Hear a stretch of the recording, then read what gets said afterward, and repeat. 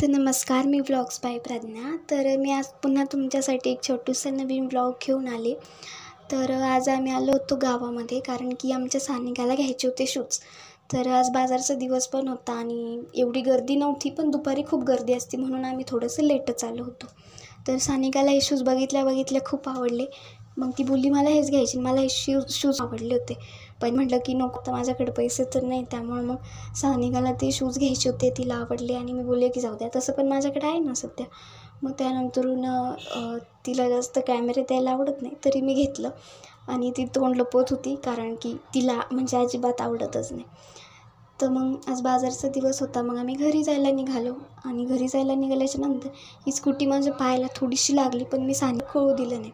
तर त्यानंतर आम्ही घरी जात होतो आणि मग मला एक छोटंसं किचन आवडलं. मी ते किचन पण घेतलं, भेळ आणि जिलेबी घेतली. त्यानंतर मग आम्ही घरी जातच होतो की आम्हाला हे 2 माकडं भेटली. चला पुढं दाखवतेस तुम्हाला.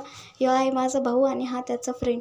तर ह्या दोघांसंग आम्ही थोडीशी मस्ती केली, त्यांना 2-4 फटके मारले, मग ते निघून गेले. मग आम्ही घरी जायला निघालो. आमचं घर तर काय खूप लांब नाही, गावातच आहे. मग त्याच्यानंतर मी चेंज वगैरे केलं आणि मग म्हटलं आता खूप उशीर पण झाला आहे, तर स्वयंपाक बनवायला घ्यावं.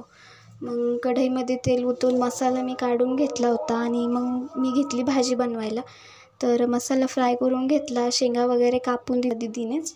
तर मग शेंगा वगैरे कापून घेतल्याच्यानंतर त्यामध्ये पाणी ओतलं, चांगलं धुवून घेतल्या.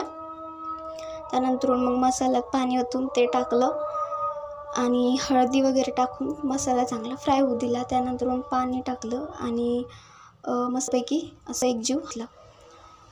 तर त्यानंतरून मग मी हलवलं.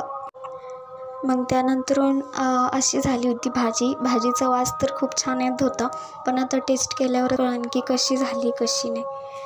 तर त्यानंतरून मग भाजीवर आता मी झाकण ठेवले मीठ ओतून आणि भाकरी बनवून घेतली. तर पहिली भाकर मी बनवली होती ज्वारीची. तर मग दीदी ज्वारीचीच भाकर खाते, मग तिला ज्वारीची भाकर बनवली आणि दुसरी होती बाजरीची. तर आम्ही सगळे बाजरीची खातो आणि ती ज्वारीची खाते. तर मग त्यानंतर असा होता माझा आजचा ब्लॉग. धन्यवाद. लाईक करा, फॉलो करा.